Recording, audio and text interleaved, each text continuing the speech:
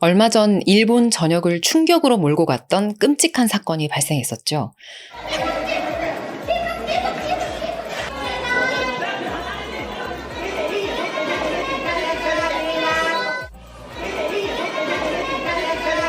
방금 보신 영상 속 이리저리 뛰는 사람들, 대피하라고 막 소리 지르는 직원들, 그리고 아수라장이 된 매장. 아마 여러 뉴스 보도 그리고 SNS상에 퍼지고 있는 영상들을 통해서 보셨을 텐데요. 오늘은 일본 포켓몬센터 살인사건에 대해서 한번 쭉 정리를 해봤습니다. 알고 싶은 이야기 제2, 오늘의 이야기 바로 시작하겠습니다. 일본의 도쿄 한복판. 수많은 사람들로 늘 붐비는 거리 중심에는 선샤인 시티가 자리 잡고 있습니다. 이곳은 대형 쇼핑센터와 수족관, 전망대, 호텔까지 한데 모여있는 복합 공간으로 하루에도 수만 명의 사람들이 오가는 이케부르코의 대표적인 랜드마크죠. 그리고 이 건물 2층에는 아이부터 어른까지 모두의 발길을 멈추게 하는 특별한 공간이 있는데요. 바로 포켓몬센터 메가도쿄. 일본 최대 규모의 포켓몬 공식 매장 중 하나로 스토어로 한 발짝 들어서는 순간 사람들은 마치 애니메이션 속 세계에 들어온 듯한 그런 느낌을 받게 됩니다. 수백 종의 굿즈와 전시물, 그리고 곳곳에 자리한 포켓몬 캐릭터들까지 포켓몬 팬들에게는 꿈의 공간이라 불리는 그런 곳이에요. 2026년 3월 26일 저녁 7시 15분경 매장 안은 평소와 다름없이 북적이고 있었습니다. 100명이 넘는 가족 단위 손님과 외국인 관광객들이 굿즈를 고르면서 즐거운 시간을 보내고 있었어요. 바로 그때 갑자기 매장 안쪽에서 선반이 넘어지는 듯한 큰 소음과 함께 한 젊은 여성의 살려달라는 찢어질 듯한 비명이 들려왔습니다. 방범 카메라에 담긴 당시 영상에 따르면 검은색 티셔츠를 입은 한 남성이 급히 매장 안으로 들어와서 계산대 안으로 난입했어요. 사람들을 깜짝 놀라게 하며 계산대를 넘어 들어온 남성은 곧바로 손님을 응대하고 있던 21살의 여직원 하루카와 메이에게 흉기를 휘두르기 시작합니다. 겁에 질린 사람들은 계산대 줄을 정리해놨던 기둥들을 모두 넘어뜨리며 우르르 도망을 치는데요. 그렇게 하루카와 메이라는 젊은 여성을 습격해 바닥에 쓰러뜨린 놈은 그녀의 몸 위에 올라타 목과 팔을 무려 10차례 넘게 마구 찔러댑니다. 끔찍한 범행 직후 이 가해자는 스스로 자신의 목 부위를 여러 차례 찌르며 자해했어요. 이 현장은 그야말로 공포 그 자체였습니다. 직원들은 혼비백산해서 손님들에게 도망치라! 라고 외쳤고 출입문 쪽으로 사람들이 막 몰리면서 매장은 순식간에 아수라장이 됐죠. 피해자의 비명과 함께 으악! 하는 정체불명의 고함이 뒤섞여서 울려 퍼졌어요.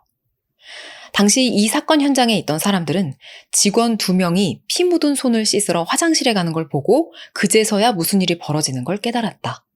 계산대 쪽에 있던 손님들이 공황 상태에 빠진 듯 막 뛰어서 매장 안쪽으로 도망쳤다. 매장에서 사람들이 혼비백산해서 도와달라, 도망가라 라고 소리치며 뛰어나왔다.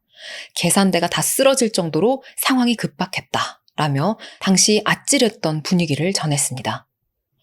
잠시 후 경찰이 도착했을 때 가해자와 피해자 모두 카운터 안쪽에서 피투성이 상태로 의식을 잃은 채 발견됐어요. 경찰은 2사람을 병원으로 긴급 이송했지만 결국 2사람 모두 사망한 것으로 확인됐습니다. 이후 부검 결과 직접적인 사인은 과다출혈로 인한 사망으로 밝혀졌어요. 현장에서는 범행에 사용됐던 과일 칼이 발견됐는데 이 칼 손잡이에는 수건이 촘촘히 감겨 있었고 그 위로 고무줄이 단단히 고정돼 있었습니다. 이는 범행 중 손이 미끄러지는 걸 방지하기 위해서 수건을 감아놓은 걸로 보였어요. 또한 같은 층 남자 화장실에서는 범인의 신분증이 들어있는 가방이 발견됐는데요. 범행을 저지르러 가면서 이렇게 신분증을 남긴 점으로 미루어 보아 범인은 처음부터 도주하거나 자신의 정체를 숨길 의도가 없던 것으로 추정됐어요. 애초에 피해자도 죽이고 자기도 죽을 생각으로 나타난 듯했죠. 사망한 범인은 26살의 청년 히로카와 타이키였습니다. 그의 과거를 추적하던 수사관들은 뜻밖의 사실을 마주하게 됐는데요. 그는 현장에서 보였던 광기 어린 살인마의 모습과는 너무나 대조적으로 한때 스포츠 유망주라 불리던 순수한 소년이었습니다. 이 히로카와 타이키는 어린 시절 부모님의 이혼 이후 어머니랑 남동생과 함께 오키나와로 이주했어요.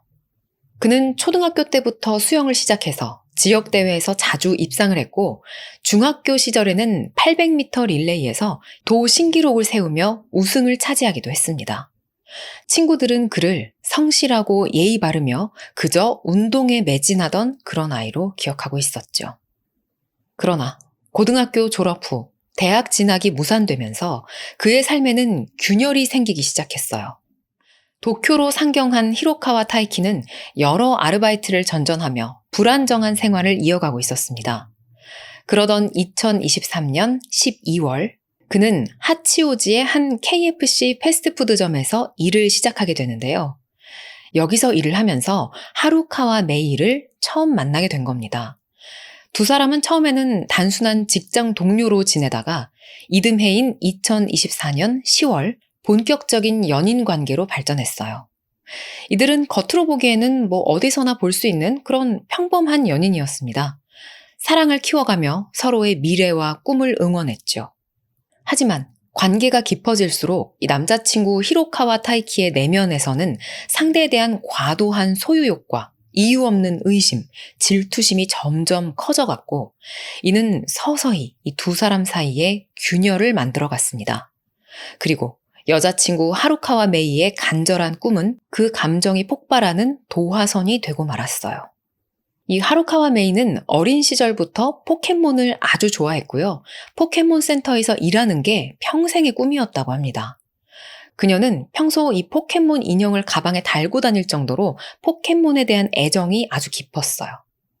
2025년 7월, 그녀는 높은 경쟁률을 뚫고 마침내 꿈에 그리던 포켓몬 센터에 합격했는데요.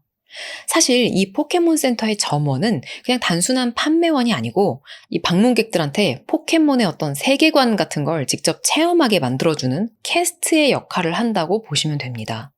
따라서 포켓몬 센터는 채용 과정에서 업무 능력뿐만 아니라 이 포켓몬 캐릭터에 대한 이해도라든가 아니면 팬들과 소통하는 그런 태도까지 엄격하게 평가하는데요. 그 선발 과정이 매우 까다롭고 경쟁이 치열한 걸로 유명해요. 팬들에게는 그곳의 일원이 되는 것 자체가 어떤 하나의 성취로 여겨지고요. 이 하루카와 메이 역시 오랜 꿈을 이뤘다면서 합격 이후에 정말 기뻐했습니다. 하지만 남자친구 히로카와 타이키는 축하 대신 그 포켓몬 센터 알바 같은 거 너한테 전혀 안 어울려. 당장 그만둬. 라면서 폭언을 퍼부었어요.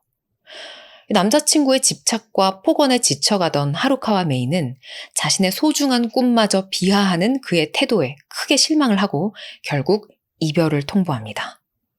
이후 그녀는 히로카와와의 만남을 거부하고 전화나 라인 연락까지 다 차단해버렸죠. 그러자 히로카와 타이키는 우리가 이대로 이렇게 헤어질 순 없다며 집요한 스토킹을 시작했고 그녀에게 극심한 공포를 안겨줬어요. 퇴근길에 숨어 있다가 갑자기 나타난다거나 아니면 집 근처를 배회하고 그녀를 몰래 촬영까지 하는 등 그 행동은 점점 더 선을 넘고 심해져 갔습니다. 그러던 2025년 12월 25일 크리스마스 아침, 하루카와는 집 앞에 놓여있던 종이봉투를 발견했어요. 그 안에는 포켓몬 카드와 함께 오늘 밤 안으로 연락해줘, 도와줘 라는 문구의 편지가 들어있었습니다. 아니나 다를까 전 남친이었던 히로카와 타이키가 보낸 거였어요. 이게 어떻게 보면 그냥 선물로 볼 수도 있지만 원하지 않는 입장에서 보면 집 앞에 놓여있는 이런 선물이 좀 섬뜩하게 느껴질 수 있겠죠. 겁에 질린 그녀는 즉시 경찰서를 찾아가서 스토킹 피해를 신고했어요. 그날 경찰은 이 하루카와 메이가 극도로 불안해하자 이례적으로 순찰차로 집까지 직접 데려다 주기도 합니다. 그리고 그때 집 근처 차량 안에서 하루카와 메이를 기다리고 있던 전 남자친구 히로카와 타이키를 발견했고 경찰은 그를 스토킹 규제법 위반 혐의로 체포했어요. 정말 아찔했던 게 이 체포 당시에 그가 빌렸던 렌터카 안에서는 칼날의 길이가 10cm 정도 되는 과일 칼이 발견됐고, 이에 따라 흉기 소지 혐의까지 추가됩니다. 이 히로카와 타이키는 경찰 조사에서 그녀와 다시 잘해보고 싶어서 찾아온 거다라고 진술했어요. 그럼 그 칼은 뭐냐? 라는 질문에 대해서는 하루카와 메이를 해치기 위한 것이 아니고 재결합이 거절될 경우에 나를 찌르려고, 그러니까 스스로 목숨을 끊기 위해서 준비한 것이다 라고 주장했습니다. 근데 이런 식의 변명은 우리나라 범죄 사건에서도 많이 들어본 적이 있죠. 이후 경찰은 히로카와 타이키의 스마트폰에서 피해자를 몰래 촬영한 동영상까지 확인되자 약 3주 후인 2026년 1월 15일 그를 불법 촬영 혐의로 추가 기소했어요. 충격을 받고 공포에 질린 하루카와 메이는 전 남자친구를 피해 약 한 달 동안 친척 집으로 피신했고 자택에는 방범 카메라를 설치하기도 했습니다. 경찰 역시 그녀의 신변을 우려해 정기적으로 연락을 취하면서 체크를 했어요. 그런데 문제는 지금 전 남자친구가 자꾸 집으로 찾아왔었기 때문에 친척 집으로 거처를 잠깐 옮긴 거잖아요. 근데 일터는 어떡하느냐. 일터도 이놈이 알고 있었단 말이죠. 그래서 경찰이 이 하루카와 메이에게 이직도 권유를 합니다. 아니 왜 가해자 때문에 피해자가 직장까지 옮겨야 돼 싶지만 경찰이 보기에도 전 남친 히로카와 타이키 이놈이 심상치가 않았었기 때문에 안전을 위해서 이런 권유를 일단 했던 거죠. 하지만 그녀는 어렵게 이룬 평생의 꿈을 포기하고 싶지 않다면서 직장을 떠나지 않았습니다. 앞서도 말씀드렸듯이 이 포켓몬 센터에서 일하는 게 원래 그녀의 꿈이었고 치열한 경쟁을 뚫고 드디어 꿈의 직장에 입사를 했는데 그걸 어떻게 쉽게 포기할 수가 있었겠어요. 경찰은 히로카와 타이키를 조사한 뒤 우선 피해자에게 다시는 접근하지 말라는 행정금지 명령을 내립니다. 또한 재발 방지를 위해서 정신과 치료와 상담도 권고했지만 그는 나는 정상이다 라며 치료가 필요 없다고 거부했어요. 안타깝게도 현행법상 치료나 카운셀링은 법원의 명령이 아닌 이상 의무사항이 아니었기 때문에 이걸 딱히 강제할 수 있는 그런 수단은 없었습니다. 근데 이때 만약에 이놈이 정신과 치료를 받고 더 철저한 감시를 받았다면 조금 상황이 달라졌을까 싶긴 하지만 이미 늦었죠. 경찰은 수사를 일단락 지은 뒤 그를 검찰에 송치했어요. 이후 검찰은 히로카와 타이키가 행동을 반성하고 있다. 다시는 하루카와 메이에게 접근하지 않겠다라는 진술을 했다는 점. 그리고 흉기 역시 하루카와 메이를 해치려는 게 아니고 지가 자살할 생각으로 가져간 거다. 라고 본인이 설명했다는 점 등을 근거로 정식 재판이 아닌 약식 기소를 결정했습니다. 이에 따라 2026년 1월 30일 법원은 벌금 80만 엔의 약식 명령을 내리고 그를 석방했어요. 히로카와 타이키는 경찰에게 다시는 전 여자친구한테 접근하지 않겠다고 약속을 했습니다. 근데요, 이때 수사기관이 간과한 사실이 하나 있었어요. 이 히로카와 타이키는 피해자 하루카와 메이하고 결혼을 해서 안정적인 삶을 꾸리겠다는 희망으로 아르바이트 생활을 정리한 뒤 정규직을 목표로 해상자위대 채용시험에 응시를 했었습니다. 그리고 여기서 실제로 합격 통보를 받아서 2026년 4월부터 정식 근무를 앞두고 있었어요. 하지만 스토킹 및 기타 혐의로 기소돼 벌금형을 선고받으면서 그는 자위대 임용에 문제가 생길 것을 크게 걱정하고 있었습니다. 그래서 그 자위대 측에다가 이와 관련된 사항들을 문의를 해뒀지만 당시에는 아직 답변을 받지 못한 상태였죠. 사건 이후 이 상황을 검토한 심리 전문가는 히로카와 타이키가 범죄 이력으로 인해서 자신이 꿈꾸던 안정적인 직장과 피해자와의 결혼 가능성이 동시에 다 무너졌다는 그런 절망감 속에서 앞서 보신 것과 같은 그런 극단적인 선택을 했을 가능성이 있다고 분석했어요. 이놈의 행동에 어떤 정당성을 부여하는 게 아니고 어떤 심리 상태에서 이따위 짓을 한 건지 분석한 거라는 점 참고 부탁드립니다. 자, 이렇게 해서 두 사람의 이야기가 여기까지 온 거고요. 끔찍했던 사건 당일까지 흘러온 겁니다. 조사 결과 범행을 결심한 히로카와 타이키는 2026년 3월 26일 사건 당일 매우 치밀하게 움직였어요. 그는 범행 약 9시간 전인 오전 10시경 피해자 하루카와의 집 근처 역에 모습을 드러냈습니다.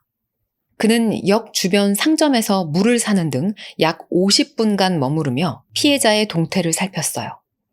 이후 그는 전철을 타고 범행 장소인 이케부쿠로로 이동합니다.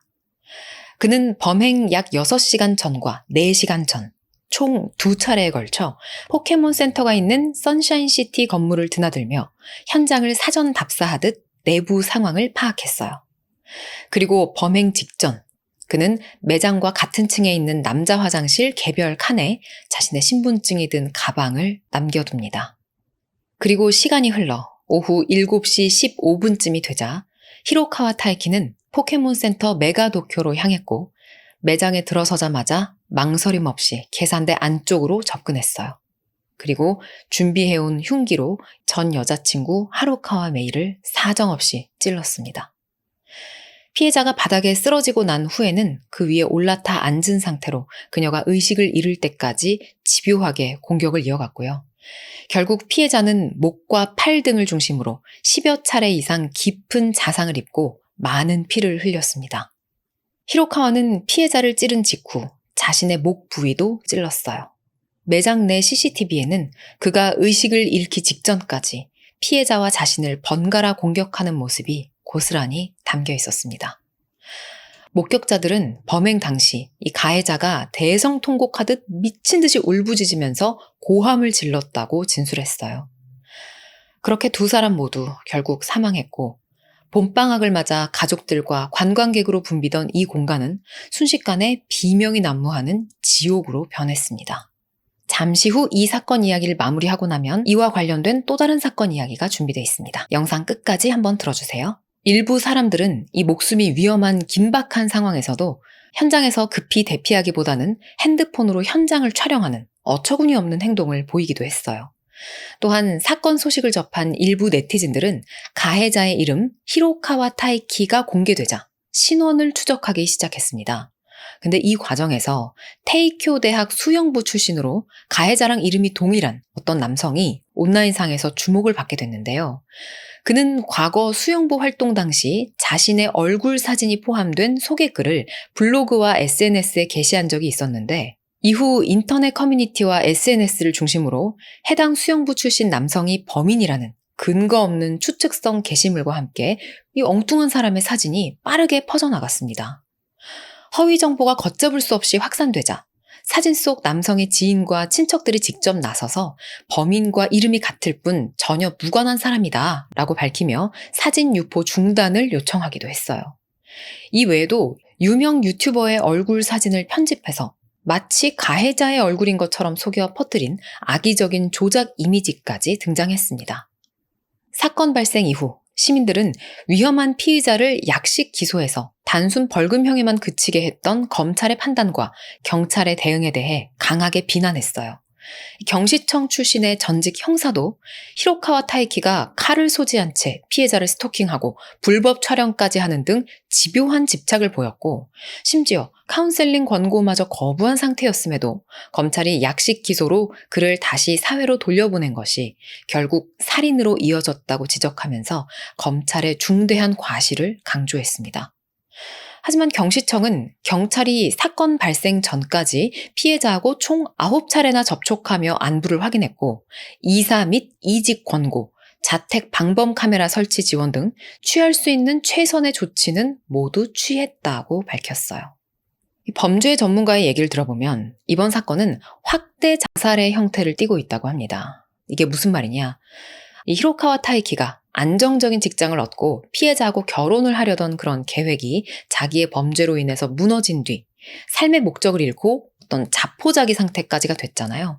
근데 이런 상태에서 전 여자친구였던 피해자를 길동무 삼아 너도 같이 가자라는 식으로 그러니까 나도 죽고 상대도 죽이는 그런 확대 자살을 저질렀을 가능성이 있다라고 본 거죠. 그가 범행 중 대성통곡을 하면서 피해자와 자신을 번갈아 찔렀던 그 행위는 자신의 행위를 어떤 비극적인 순애보로 착각하며 나의 사랑이 이 정도다. 나 이외에는 누구도 그녀를 가질 수 없다는 생각을 가장 극단적인 방식으로 드러내려 한 것이라는 의견도 제시됐습니다.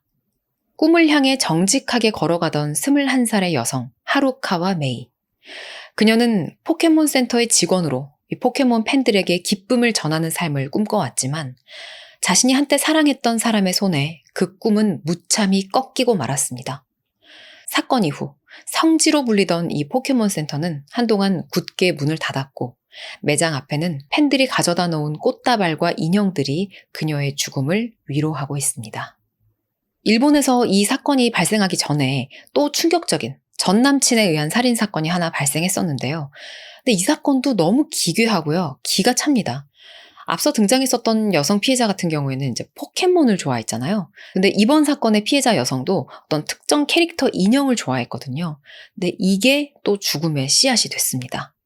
작년, 그러니까 2025년의 마지막 날인 12월 31일 밤, 이바라키현 미토시의 한 아파트에서 네일 아트를 하는 네일리스트, 네일 아티스트 여성 31살의 A씨가 흉기와 둔기에 의한 공격으로 숨진 채 발견됐어요. 근데 이게 너무 가슴이 아픈 게 귀가한 남편이 이걸 직접 보고 신고를 했고요. 당시에 숨진 A씨가 임신 중인 상태였다고 합니다. 그러니까 태아도 함께 숨진 거죠.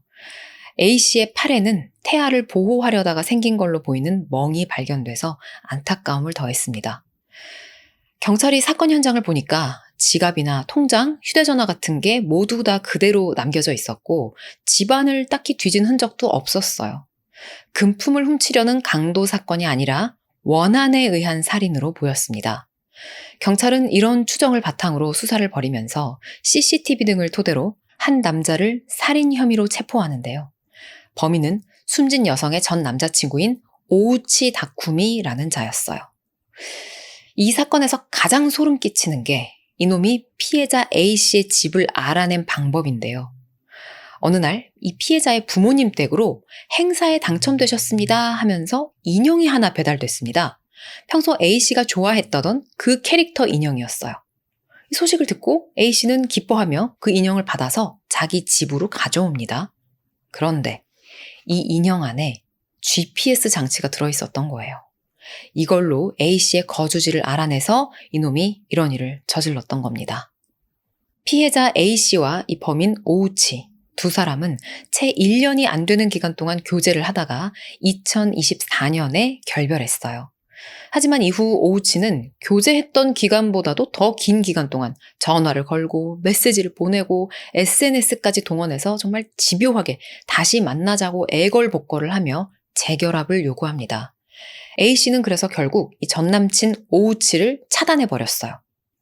하지만 이후에도 오우치는 A씨의 지인들한테 A씨 혹시 어디 사는지 아냐 이러면서 거주지 주소를 물어보고 다니며 집착을 버리지 못합니다. 이 때문에 A씨는 사건 발생 바로 나흘 전에 경찰에다가 익명으로 전 남자친구의 괴롭힘에 어떻게 대응해야 하나요? 이런 내용으로 문의를 했었던 게 밝혀졌어요. 그녀의 남편은 정식 신고를 할 생각이었다고 합니다. 근데 그게 며칠 못 가서 바로 이런 비극적인 사건이 터져버리고 만 거죠. 괘씸하게도 오우치는 사건 직후 조사에서 전혀 사실이 아니며 사건에 대해 아는 바가 없다. 이러면서 혐의를 전면 부인했다고 해요. 이런 사건이 터지다 보니까 GPS 추적기를 악용할 가능성에 대한 우려가 커지고 있는데요. 한 정보보안 전문가에 의하면 인형 속에 숨겨진 GPS 장치까지 발견하는 건 사실상 좀 어렵다. 하지만 휴대폰의 블루투스와 위치 추적 알림 기능을 켜두면 탐지에 어느 정도 도움은 될 수 있다라고 합니다. 이 GPS를 가해자한테 달아주자라는 의견이 나왔는데요. 아까 이 앞 사건, 그 포켓몬센터 사건에서도 보셨다시피 정신과 치료 이런 거를 가해자한테 강제할 수 있는 법이 지금은 없는 상황이잖아요. 그래서 이 상담, 카운셀링 권고를 받으면 그중에 이걸 수용하는 놈은 한 5, 6% 정도밖에 안 된다고 합니다. 미친 살인자였던 히로카와 타이키마저도 경찰의 카운셀링 권고를 나는 정상이니까 필요 없다 이러면서 거부했단 말이죠. 그래서 이런 치료 권고가 별 실효성이 없는 것 같으니 가해자를 석방할 때 GPS를 달아주자. 그래야 가해자가 피해자한테 접근하는지 알아볼 수 있고 일이 생기기 전에 막을 수 있을 테니까. 뭐 이런 의견이었습니다. 이놈의 이 고약한 스토킹 범죄는 언제쯤 사라질 수 있을까요? 지금 또 대본 준비하고 있는 사건 중에 대구에서 발생했었던 스토킹 범죄 사건이 또 하나 있는데 이게 이렇게 여러 가지로 사건이 비슷한 시기에 겹치다 보니까 전달하는 마음이 굉장히 무겁습니다. 네, 이번 영상도 여러분의 댓글 기다립니다. 오늘 사건 이야기는 여기까지입니다. 들어주셔서 고맙습니다.